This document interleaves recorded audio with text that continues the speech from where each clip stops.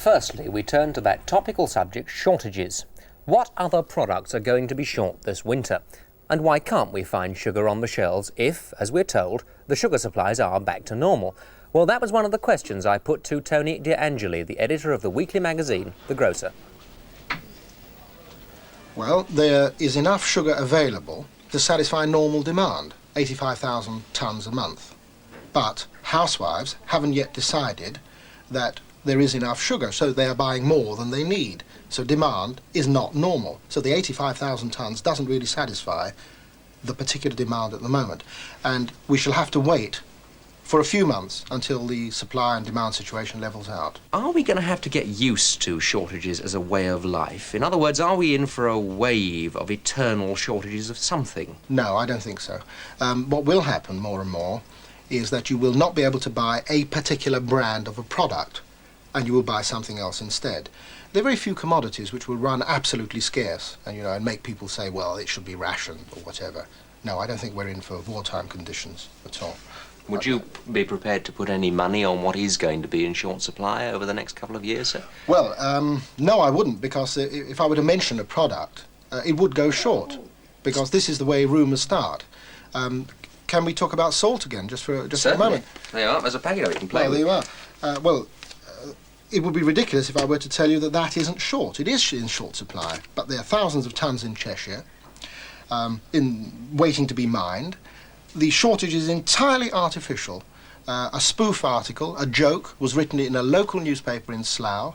A lady journalist heard some ladies having tea discussing salt, and one of them said, oh, I hear it's going to be short because the miners in Siberia are going on strike. And she wrote it in her article as a joke.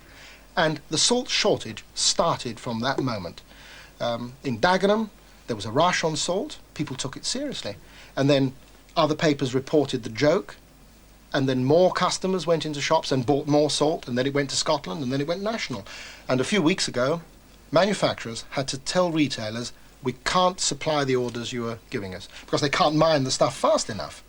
But there's plenty there. But there is plenty there, of course, but the whole industry is geared to a particular pace. And the moment the demand is artificially stimulated, then they can't cope. And that is what has caused the shortage. Well, let me throw you a few other rumours. Sure. Now, this is the thing that started it all. Shortage of toilet paper. Yes. Is that going to be in short supply again? I would have thought not. It could be that if you want a blue one, you can't find it, or you want a particular make, it won't be there, but something else will. So, in fact, it will not be short as a general commodity. That would be my version. What about instant coffee? That was suggested as another candidate for a shortage. I don't see why. I really don't. Incidentally, the price of this, there are a lot of complaints about the price of coffee.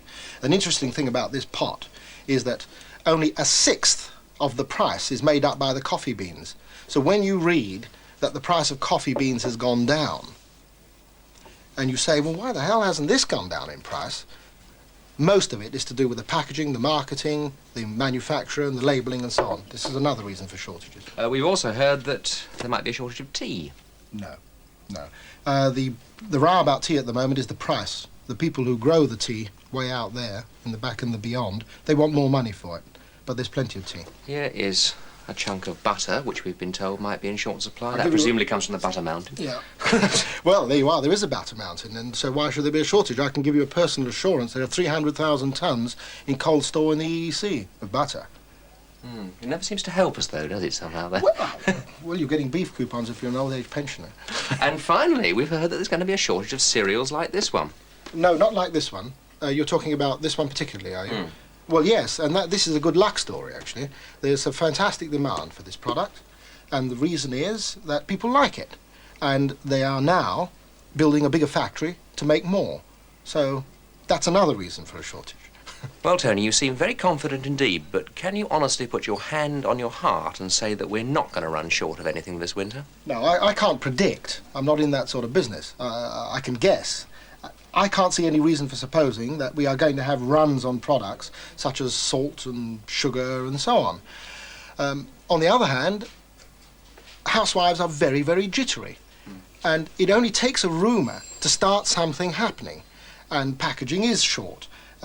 Products can become slightly scarce. And it can start from there and end Lord knows where. So I can't say there won't be any shortages.